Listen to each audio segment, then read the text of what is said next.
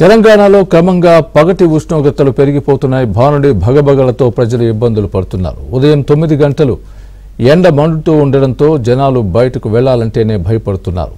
April May నెలలో కూడా కాదు, మార్చిలోనే ఈ స్థాయిలో ఎండలుంటే వచ్చే 2 నెలల్లో పరిస్థితి ఎలా ఉంటుందోనని జంకుతున్నారు.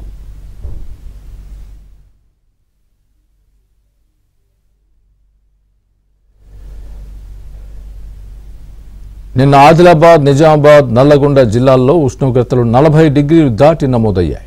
అత్యధికంగా నల్లగొండ జిల్లా మాట్కుపల్లి మండలంలో 41.6 డిగ్రీల ఉష్ణోగ్రత నమోదైంది.